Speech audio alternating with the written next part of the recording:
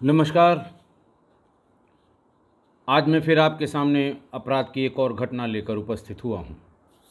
इसके पहले कि मैं आज की घटना बताऊँ, जलालाबाद के उन दो लावारिस बहनों के बारे में बताना ज़रूरी है, क्योंकि हर दिन कोई न कोई मित्र उनके बारे में पूछता है। आज उनका अकाउंट नंबर भी मिल गया है। और दूसरी बात ये, आज मैंने बात की उससे, तो दूसरी बात ये पता लगी, इंस्पेक्टर जलालाबाद भी आज स्वयं उन बच्चों से मिलने गए थे। बड़ी बेटी जो जूली गुप्ता जिसका नाम है, करीब उम्र होगी 14 साल, और दूसरी जिसको बेटी कह रहे थे उसको उसके पिता ने बच्ची की तरह ही उसको उसको बच्ची की पोशाक अपनी बहन के साथ पहना था, बट वो लड़का है और उसका नाम, बुलाने का नाम नन्ही है और लिखा पढ़ी में उसका नाम लकी है। ये दोनों बच्चे बहुत बुरी हालत में हैं इस समय। और इनके पिता ने, संजय गुप्ता ने, इनका अकाउंट खुलवा रखा था 2019 में। इन बच्चों को पता नहीं था, इनको ये भी पता नहीं कि पासबुक उसकी कहाँ है और ये भी पता नहीं कि उसमें कितना पैसा है, कितना निकाला गया। हुआ ये था, ये कल मैंने आपको बताया था कि एसडीएम ने कहा कि हम इनके नॉमिनी बन जाएंगे, और एसडीएम ने आज एचडीएफसी बैंक और जो लोकल वहाँ जलालाबाद का बैंक है, बैंक ऑफ बड़ौदा, उनके लोगों को बुलवाया कि एचडीएफसी बैंक में आसानी से खाता तो खुल जाएगा, लेकिन बच्चियों को दिक्कत होगी। अगर किसी राष्ट्रीयकृत बैंक में हो जाए, फिर जब डाटा, जब इसके फॉर्म भरे जाने लगे और डाटा देखा गया, तो जूली गुप्ता का ऑलरेडी अकाउंट एग्जिस्ट कर रहा था। खैर, इंस्पेक्टर ने और एसडीएम ने, मैं धन्यवाद करूंगा एसडीएम जलालाबाद का, कि जिन्होंने पूरी मेहनत करके आज उन दोनों के पुराने पासबुक की फ़ोटोकॉपी क्या, उसकी डुप्लीकेट प्रति निकाल कर बैंक से प्रॉपर उसमें सील मुहर करा के और उसकी एक प्रति हमको भेज दी है। मैं आज मैसेज बॉक्स में उन दोनों का, जूली का भी और लकी का भी, इनका दोनों का अकाउंट नंबर, आईएफएससी कोड और ब्रांच कोड, ये सब मैं पोस्ट कर दूंगा। ये आप पर है, और आप ने लगातार 3-4 दिन से ज़्यादातर लोगों ने कहा कि बच्चों का नंबर शेयर करना उचित नहीं है, लेकिन फिर भी अगर कोई बात करना चाहता है तो मैंने कई बार अपना ईमेल आईडी दे रखा है। कोई मुझे ईमेल से संपर्क करके बच्चों से बात करना चाहेगा तो मेरे पास जूली का, बड़ी वाली बच्ची का नंबर है, मैं शेयर कर दूंगा। वो सीधे बात करके और सीधे उनकी जो भी मदद संभव हो वो ज़रूर करें। आज की घटना जनपद है पीलीभीत। तिथि है 6 नवंबर 2020। रात में करीबन 8:45 पर माधो टांडा ये पहाड़ी इलाके का थाना है और हिमालयन के फुट हिल पर पीलीभीत ज़िले में पड़ने वाला थाना है। इंस्पेक्टर राम सेवक थाने पर थे। वहाँ पर धनपाल सिंह सन ऑफ मोतीलाल, लोहारपुरी गांव है, वहाँ के छोटे छोटे गांव हैं, बहुत दूर दूर बसे हुए हैं और कम पॉपुलेशन वाले गांव हैं। वहाँ पर धनपाल सिंह थाने पर उपस्थित हुए और उन्होंने कहा कि वो पंडिताई का काम करते हैं, पूजा पाठ कराते हैं, आसपास के कई गांवों में जो पूजा कराने का काम है वो करते हैं।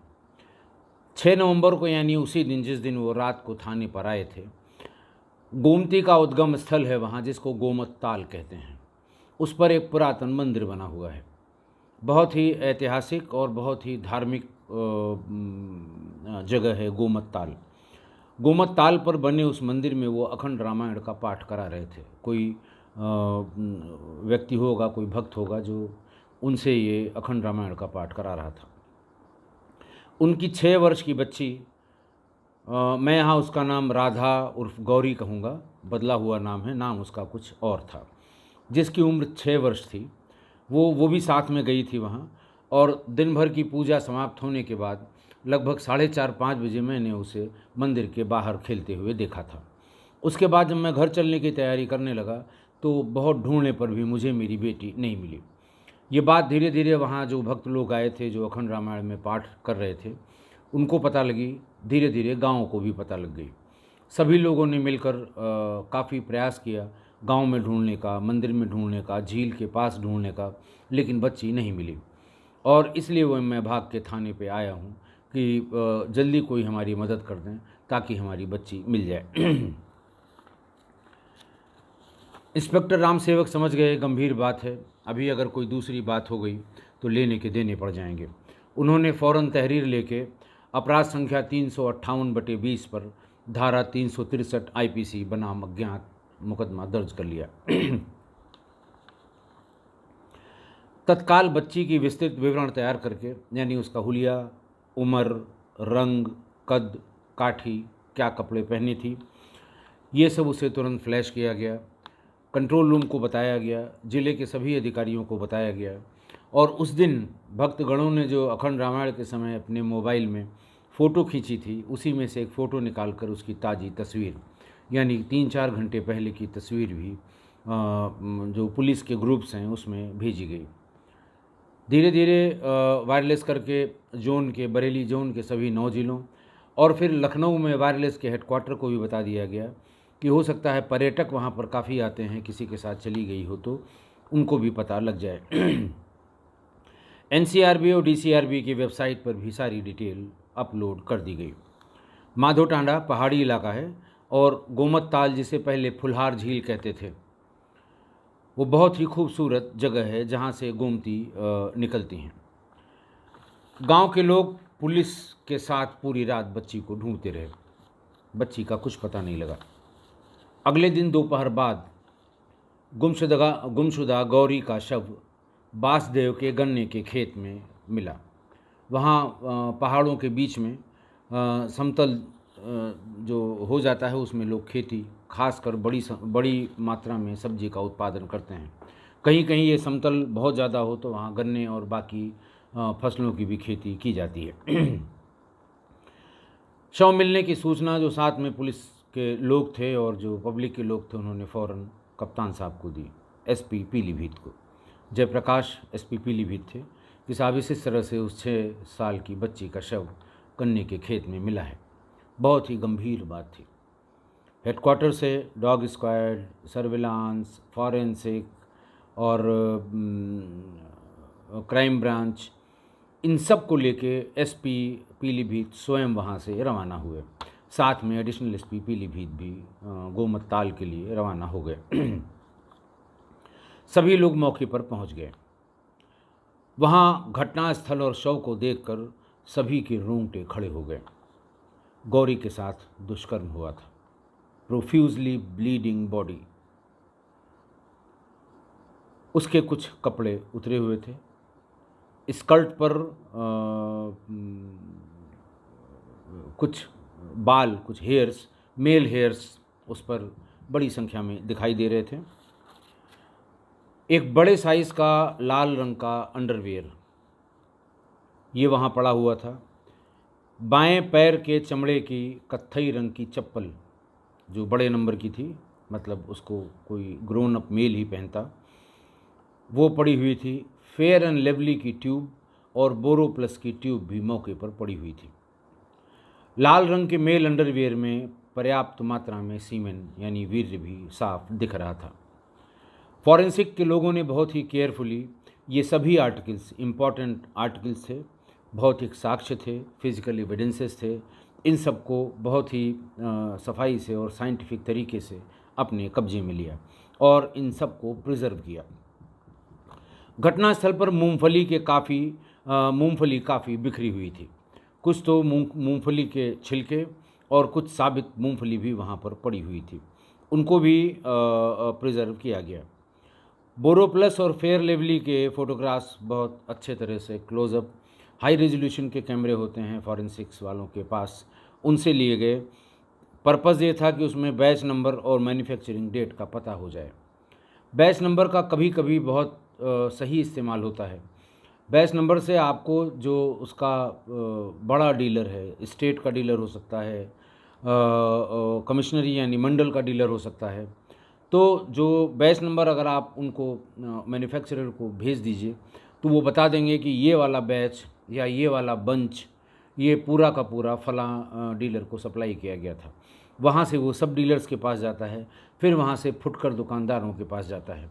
उससे कम से कम रीज़न क्लियर हो जाता है कि ये इस्तेमाल करने वाला आदमी किस रीज़न का होगा, किसी बाहर के स्टेट का, किसी बाहर की जगह का तो नहीं है। ये कंफर्म करने के लिए तो उसमें आप देखते होंगे कि सभी पेस्ट वाले सभी जितने क्रीम आते हैं, चाहे वो टूथपेस्ट हो, चाहे फेयर एंड लवली, कोई भी हो, उसके पीछे जहाँ वो मोड़ के सील किया जाता है उस पर एम्बेडेड होता है manufacturing date, maximum price, expiry date और बैच नंबर। उसकी फ़ोटोग्राफ ले ली गई और गन्ने के खेत में जो संघर्ष के निशान थे, गन्ने के तमाम पेड़ टूटे हुए थे, पत्तियां कुचली हुई थीं, उनके भी अच्छे से फ़ोटोग्राफी और वीडियोग्राफी कर ली गई और उन पत्तों के भी कुछ सैंपल इकट्ठा कर लिए गए कि शायद उसमें कुछ ह्यूमन स्मेल या कोई और ऐसी चीज़ जो हमें लीड दे सके वो मिल जाए। सर्विलांस की टीम और क्राइम ब्रांच की टीम ने वहाँ गांव के कुछ संदिग्ध लोगों के नंबर भी लिए जिन पर कानाफूसी करने वाले लोगों ने शंका जताई थी। तो तुरंत ही शंका जताने पर किसी को पकड़ लेना उचित नहीं होता, तो उसकी CDR एनालिसिस के लिए उनके नंबर ले लिए गए। महिला पुलिसकर्मियों, महिला सब इंस्पेक्टर और महिला कांस्टेबल्स के सहयोग से पंचायतनामा भरा गया और PM के लिए पोस्टमार्टम के लिए बच्ची का शव विच्छेदन गृह postmortem house Pilibhit district headquarter के लिए भेज दिया गया। 8 नवंबर को 3 डॉक्टरों के पैनल में उसका पोस्टमार्टम हुआ। Doctor Gyan Prakash, doctor TG Rathore, TP Rathore और लेडी डॉक्टर वीना चतुर्वेदी ने उसका पोस्टमार्टम किया। मृतका के शरीर पर कुल 6 चोटें थीं। Cause of death due to antemortem strangulation and throttling आया। बलात्कार होने की पुष्टि हुई। हाइमीनियम टॉर्न्ड बैडली, यानी हाइमीनियम बुरी तरह क्षतिग्रस्त था और प्राइवेट पार्ट्स पर गंभीर चोटों के कारण रक्तस्राव भी हुआ था। उसकी स्लाइड्स, स्पर्म के लिए स्लाइड्स बना ली गई और बाकी ये बातें अंकित कर दी गई पोस्टमार्टम रिपोर्ट में। सभी physical object, PM report, copy of FIR, घटना के समय मृतका द्वारा पहने हुए कपड़े, ये सब सील किए गए और 9 नवंबर को फॉरेंसिक साइंस लेबोरेटरी को जांच के लिए भेज दिए गए। बच्ची के अंतिम संस्कार के बाद विधिवत विवेचना शुरू हुई। इस बीच सामाजिक संगठनों ने, समाचार पत्रों ने दबाव बनाना शुरू किया। हर बार बताने की ज़रूरत नहीं कि किस तरह का दबाव, उस समय मानसिक दबाव पुलिस पर पड़ा होगा। वैसे तो ये दबाव जिले के SP, प्रभारी SP के ऊपर ज़्यादा होता है, लेकिन इस बार इस घटना के बाद ये दबाव मैं भी और हमारे ADG जोन भी महसूस कर रहे थे। बार बार फ़ोन, अधिकारियों के फ़ोन, महिला संगठनों के फ़ोन, जो ह्यूमन राइट्स एक्टिविस्ट हैं उनके फ़ोन, महिला आयोग और बच्चों के आयोग के फ़ोन, तमाम तरह के लोगों के। अभी तक पुलिस ने कुछ नहीं किया, अभी तक क्या किया, बच्ची की जान चली गई, ये क्या हो रहा है, इस तरह की बातें सुनने को मिलती रहीं। लेकिन अब तो उसकी आदत सी पड़ गई। उनको बिना कोई बहुत तल्ख जवाब दिए, जो सामान्य राजकीय जो गवर्नमेंट आंसर्स हो सकते हैं, उनसे उनको शांत करने की कोशिश की गई। घटना इतनी गंभीर थी कि वहाँ पर अपर पुलिस अधीक्षक को कहा गया कि वो वहाँ पर कैंप करेंगे। CO माधो टांडा भी वहीं पर कैंप करेंगे जब तक कि घटना का अनावरण न हो जाए। 5 टीमें वहीं बनाई गईं। बहुत सुदूर का थाना है, बहुत दूर का थाना है, बहुत सुविधाएं भी वहाँ नहीं हैं, साधन संपन्न थाना नहीं है। उसके लिए 5 टीमें बनाई गईं। पहली टीम वादी के गांव में घटनास्थल से प्राप्त जो अंडरवियर लाल रंग का, चूँकि स्पेसिफिक रंग था उसका, स्पेसिफिक ब्रांड था उसका और स्पेसिफिक साइज़ था उसका, तो और जो पैर की चप्पल मिली थी उसका भी ब्रांडेड तो नहीं थी, चप्पल चमड़े की थी और बाएं पैर की थी और नंबर था उसमें, ये किस नंबर की है। तो ये टीम बनाकर कहा गया गांव में इस नंबर की चप्पल पहनने वाले और इस नंबर के अंडरवियर पहनने वाले लोगों को कोशिश की जाए चिन्हित करने की। देखिए, गांव देहात में भीगे हुए कपड़े कोई घर के भीतर नहीं सुखाता, वो बाहर और ख़ासकर मुख्य दरवाजे के बाहर बंधी हुई तार में या रस्सी में कपड़े वहीं सुखाए जाते हैं। और कपड़े चाहे जो हों, सामने सुखाने का मतलब ये है कि आते जाते उन पर नज़र पड़े कि हवा से वो कहीं गिर जाएं तो उनको उठा लिया जाए और जब वो सूख जाएं तो उन्हें घर के भीतर रख दिया जाए। तो एक दूसरे के बारे में लोग जानते हैं, टोला पड़ोसी वाले, कि ये कुर्ता पजामा पहनता है, पैंट शर्ट पहनता है, ये लाल रंग बहुत पहनता है, ये नीला रंग बहुत पहनता है, क्योंकि कपड़े सभी बाहर सुखाए जाते हैं।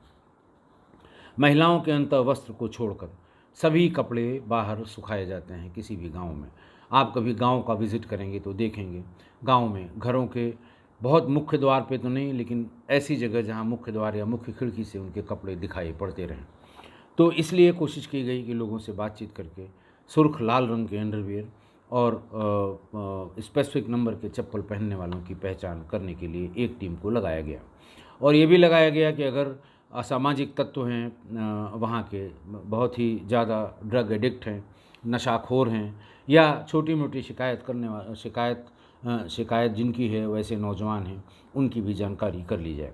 दूसरी टीम को कहा गया कि सर्विलांस के माध्यम से फ़ोन लिसनिंग पे लगाए जाएं, और जो पहले किसी क्राइम में रहे हैं उनके नंबर, क्योंकि वो ज़्यादा एक्टिव होते हैं, वो जानकारी करने की कोशिश करते हैं, फ़ोन पर वो बात करते हैं कि अरे ये किसने किया, इसने किया, उसने किया। तो कभी कभी 25% केसेस में हम लोगों को इससे भी लीड मिल जाती है। तो ऐसे लोगों को आइडेंटिफाई करके और 1 या 2 दिन के भीतर ही इनके नंबर को लिसनिंग में लगा के सुनने का काम दूसरी टीम को दिया गया। तीसरी टीम जो स्पेशल ऑपरेशन ग्रुप होती है उसको दिया गया कि वो अपना पुराने जो रिकॉर्ड्स हैं उनको खंगाल के उनसे लोगों को निकाल के और उनका देखें कि ऐसा कोई आदमी यहाँ तो नहीं है जो बाहर का है और उसने विज़िट किया हो। चौथी टीम लगाई गई कि आसपास के ज़िलों में वहाँ के एसएसपी कार्यालय से जहाँ क्राइम के रिकॉर्ड्स प्रतिदिन इकट्ठा किए जाते हैं, प्रतिदिन होने वाले क्राइम की सूचना रखी जाती है, वहाँ ये पता करें कि इस तरह का कोई क्राइम उनके ज़िलों में तो नहीं हुआ है। अगर ये कोई प्रोफेशनल क्रिमिनल्स होंगे तो अगल बगल के ज़िलों में जहाँ इस तरह का क्राइम हुआ है उसमें विवेचना में क्या प्रगति है और उन लोगों का क्या विचार है। अंतिम और 5वीं टीम बनाई गई जो आईओ के साथ अखंड रामायण के समय जितने भी फोटोग्राफ खींचे गए थे और जितने लोग उसमें शामिल हुए थे उनसे सबका नाम पता करना कि कौन कौन इसमें आए थे और क्या घटना के बाद से इनमें से कोई गांव से गायब तो नहीं है। चूँकि 2 वरिष्ठ अधिकारी वहीं थाने पर माधोटांडा में कैंप कर रहे थे तो वो हर दूसरे तीसरे घंटे प्रोग्रेस ले रहे थे। सर्विलांस वालों ने बता दिया कि हमारे पास कोई इम्पॉर्टेंट इन्फॉर्मेशन जो घटना का अनावरण कर सके अभी तक नहीं मिली है। डॉग स्क्वाड को फिर ले जाकर पुनः परेड कराई गई, लेकिन कोई बहुत ज़्यादा लाभ नहीं हुआ। फिर गांव के 5-6 जो मनचले लोफर टाइप के लड़के थे जिनकी आम शोहरत गांव में बुज़ुर्गों के या बाकी लोगों की निगाह में अच्छी नहीं थी, उनके बालों के सैंपल कलेक्ट किए गए, उनको एफएसएल भेजा गया और ये रिक्वेस्ट की गई कि जितनी जल्दी हो सके जो बच्ची के स्कर्ट पे ह्यूमन मेल जो हेयर्स पाए गए हैं उनसे टैली करा के रिज़ल्ट से अवगत कराएं, क्योंकि दबाव इतना ज़्यादा था। और अब मैं बार बार क्या बताऊंगी किस टाइटल से ये खबरें छप रही थीं और टीवी पे क्या क्या आ रहा था, आप खुद समझ सकते हैं। खैर वो 6 लोगों के हेयर सैंपल्स भेजे गए। 3-4 दिन बाद एफएसएल से आ गया कि इनमें से किसी का भी सैंपल, किसी का भी हेयर उस सैंपल से मैच नहीं कर रहा है। फिर कुछ लोगों के सैंपल, फिर जब नेक्स्ट लॉट में पता लगा कि नहीं साहब ये भी बदमाश है, ये वहाँ देखा गया था, ये वहाँ 2 दिन बाद लौट के आया, तो जो भी संदिग्ध पता लगा 4-5 के उनके फिर सैंपल भेजे गए। फिर से एफएसएल से मना हो गया कि इनमें से कोई सैंपल मैच नहीं कर रहा है। फिर जिस टीम को उस नंबर की चप्पल और उस तरह के अंडरवियर पहनने वालों की सूची या नाम इकट्ठा करने के लिए कहा गया, उन लोगों ने भी 4-5 दिन में शॉर्टलिस्ट कर लिया 5-6 लोगों को जो उस नंबर की चप्पल, और गांव का आदमी है प्लास्टिक का चप्पल, 50% प्लास्टिक का चप्पल पहनते हैं, 25% हवाई चप्पल पहनते हैं और 25% ही केवल ऐसे होंगे या 20% होंगे या इससे भी कम होंगे जो चमड़े की चप्पल पहनते हैं। तो वो उस दिशा में उस टीम ने काम किया और ऐसे चप्पल पहनने वाले, उसमें कुछ बच्चे होंगे, कुछ बुज़ुर्ग होंगे, कुछ बहुत बड़े होंगे, तो अंदाज़ लगा के कि इस पर्टिकुलर नंबर की चप्पल उसको शॉर्टलिस्ट किया गया और उस तरह के शौकीन आदमी जो लाल सुर्ख अंडरवियर पहनते हैं ऐसे 5-6 लोगों को शॉर्टलिस्ट किया। इस टीम ने बहुत मेहनत करके और धीरे धीरे गांव में पैठ बना के और ऐसे नाम इकट्ठा किए और फिर उनको मैच करने के लिए भेजा। और तीसरे राउंड में मैच करने के लिए जो ये 5-6 लोगों के हेयर्स गए थे उसमें कामयाबी मिल गई। गांव का ही श्री राम नाम का आदमी सन ऑफ केदारी लाल बालों के मिलान में वो पक्का उसका 100% मिलान ह्यूमन हेयर से हो गया। अब सिर्फ एक एविडेंस पर या सिर्फ एक बात पर वो भी फॉरेंसिक एविडेंस पर कोई कंक्लूज़न निकाल लेना, बाद में अगर वो अदरवाइज़ निकल जाता है तो पुलिस की बड़ी छीछालेदर होती है। गुपचुप तरीके से उसको फिर दूर के एक चौकी पर बुलाया गया और फिर जो चप्पल वहाँ अपराधी का छूट गया था उससे डॉग को स्मेल कराया गया और उसने फ़ौरन श्री राम को पकड़ लिया। पुलिस का पर्पज़ ये था, हालांकि ये एविडेंस कभी भी एडमिसिबल नहीं है कोर्ट में, लेकिन पुलिस को इन्वेस्टिगेशन में दिशा देने के लिए बहुत पर्याप्त एविडेंस होता है। तो खैर जब उसने परफेक्शन से आइडेंटिफाई कर लिया उसको, तो हमारे पास 2 तगड़े एविडेंस हो गए। एक हेयर्स का मिलान हुआ, दूसरा डॉग ने स्मेल से बहुत अच्छी तरह पहचान लिया। हमारे एसपी ने मुझे बताया कि ऑलमोस्ट कंफर्म हो गया है, टीम घर की तलाशी लेने जा रही है। तलाशी में पूरी उम्मीद है कि जो चीज़ें मौके पर मिली हैं इनसे रिलेटेड कुछ न कुछ तलाशी में मिल जाएगा, और हुआ भी वही। पूरी टीम घेर के उसकी तलाशी कराई गई, तो उसमें दूसरे पैर की यानी दाहिने पैर की वही चप्पल और दूसरी यूज्ड लाल रंग की ही उसी ब्रांड की उसी नंबर की अंडरवियर मिल गई। 25 फरवरी को श्री राम को गिरफ्तार कर लिया गया। उससे फिर अच्छी और बहुत अच्छी और फिर झटका पूछताछ भी की गई, खासकर उन लोगों ने जिन्होंने बच्ची के शव को मौके पर देखा था। जैसे किसी बच्ची के गुमशुदा होने पर या उसके साथ इस तरह की घटना होने पर पब्लिक के लोग अपने आप को उससे तुरंत रिलेट कर लेते हैं कि हमारी भी बच्ची इतनी बड़ी है, हमारा भी बच्चा उतना बड़ा है, उसी तरह से पुलिस वाले भी आखिर वो भी मानव हैं। किसी बच्ची के शव को, किसी बच्ची के बारे में, किसी बच्चे के करुण क्रंदन को सुनकर वो अनायास ही अपने बच्चों से रिलेट कर लेते हैं। ह्यूमन टेंडेंसी है ये।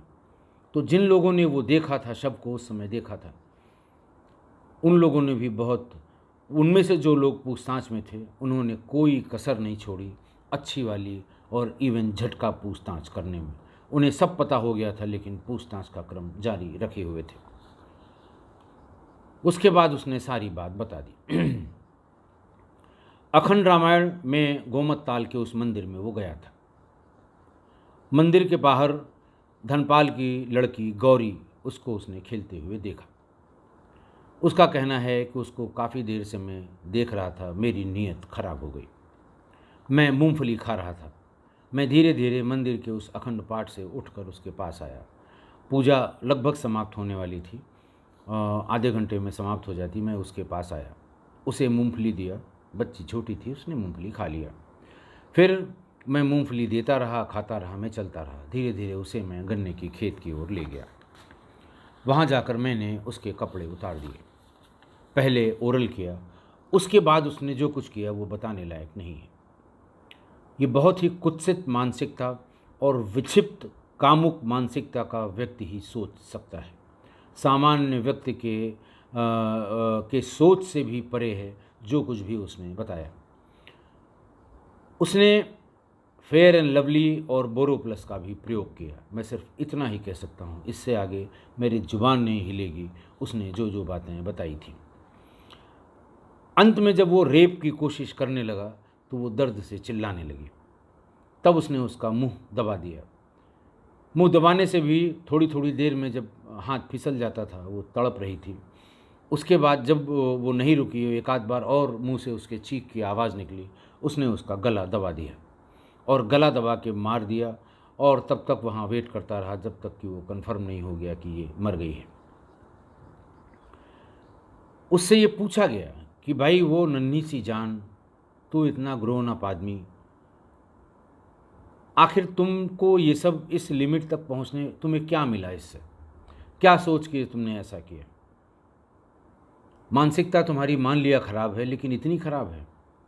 तो उसने उसमें जो तर्क में जिन शब्दों का इस्तेमाल किया वो बहुत ही आपत्तिजनक थे, और अश्लीलता के किसी भी शब्दकोश में वो शब्द या वो वाक्य नहीं मिलेंगे जो उसने प्रयोग किया, और इसका मैं कतई उल्लेख नहीं करूँगा, न कर पाऊँगा, न मेरी ज़ुबान चलेगी। उसे उसके साथ इस मरने का ज़रूर वो कह रहा था कि हाँ साहब बच्ची थी मर गई, लेकिन उसने उसके साथ जो किया उसका उसे कतई मलाल नहीं था। वो इस तरह का आदमी था, इतना खराब, इतना विकृत, इतना कुत्सित, इतना गंदा। हमने अपने इतनी लंबी सर्विस में शायद एक आध कोई देखा हो, लेकिन ऐसा आदमी जो लगातार इतनी कुटाई के बाद, इतनी पूछताछ के बाद, इतनी सब कुछ होने के बाद भी उसी तरह बोलता रहा। 28 फरवरी को मैंने बताया था कि उसको 26 को गिरफ़्तार किया गया था, और सारी विवेचना पूरी करके, क्योंकि सारे फॉरेंसिक एविडेंस थे, अकाट एविडेंस थे, 28 फरवरी को चार्जशीट नंबर 37/2021 सारे साक्ष्य के साथ कोर्ट में सबमिट कर दिया गया। पॉस्को की जो विशेष अपराध की स्पेशल कोर्ट है उसमें ट्रायल शुरू हो गया। ट्रायल बिल्कुल अपने अंतिम दौर में था, तभी कोरोना पैंडमिक की वजह से कोर्ट्स बंद हो गए। उसके बाद मेरा वहाँ से ट्रांसफ़र हो गया। मैं इसको बहुत क्लोजली परसू कर रहा था, और हमें पूरी उम्मीद तब भी थी और आज भी है, जब भी कोर्ट खुलेंगे, ट्रायल अपने बिल्कुल फाइनल स्टेज में था, तो अभियुक्त को फांसी की सज़ा ज़रूर मिलेगी और मिलनी भी चाहिए। आज के इस क्राइम में अब आप सोचिए, पवित्र गोमती नदी का उद्गम, जिस गोमती को ऋषि वशिष्ठ की पुत्री कहा जाता है, हिंदू माइथोलॉजी में उसको वशिष्ठ की पुत्री कहा जाता है, और जिस गोमती के लिए हिंदू माइथोलॉजी में ये कहा जाता है कि एकादशी के दिन अगर आप गोमती में स्नान कर लें तो आपके सारे पाप धुल जाएंगे। उसी गोमत ताल जहाँ से वो गोमती निकली हैं, करीबन 450 किलोमीटर लंबी नदी है, बनारस के पास ही जाकर गंगा में मिलती है। उसी का प्राचीन मंदिर कितना प्राचीन है इसके बारे में कई बार रिनोवेट होने के बाद वो अपनी वर्तमान स्थिति में है, कितना प्राचीन है, वहाँ के लोग तरह तरह की बातें बताते हैं। तो गोमती का उद्गम स्थल, प्राचीन मंदिर में रामायण का, रामचरितमानस का अखंड पाठ, और बच्ची का नाम भी, अब चूँकि उनके पिता पुजारी थे, पंडिताई का काम करते थे, वो भी एक उपासना पद्धति के नाम पर उसका नाम था, जो मैं ले नहीं सकता, गौरी के नाम से उसका नाम बता रहा हूँ। और श्री राम नाम का आदमी जिसने ये पाप किया, आप सोच लीजिए कि जब वो जो पाप उसने किया है उसे देखकर तो ऊपर वाले की भी आत्मा कांप गई होगी, और सृष्टि के रचयिता ने ऐसे आदमी के निर्माण पर जरूर पश्चाताप किया होगा, और किसी की मानसिकता इतनी दूषित हो सकती है, ये मेरी भी कल्पना के परे है। बस अब तो ईश्वर से यही प्रार्थना है कि न्यायालय में उसको पुलिस और पैरवी करने वाले बहुत ही मनोयोग से इसकी पैरवी भी की जा रही थी, और ट्रायल चूँकि लास्ट स्टेज पे था, और हम लोगों को पूरी उम्मीद है कि इसमें बच्ची को न्याय तभी मिलेगा जब उसे न्यायालय से कैपिटल पनिशमेंट यानी फांसी की सज़ा मिलेगी। हमें पूरा विश्वास है, और मैं आपसे आशा भी करता हूँ कि आप मेरी इस मत से 100% सहमत होंगे। बहुत बहुत धन्यवाद।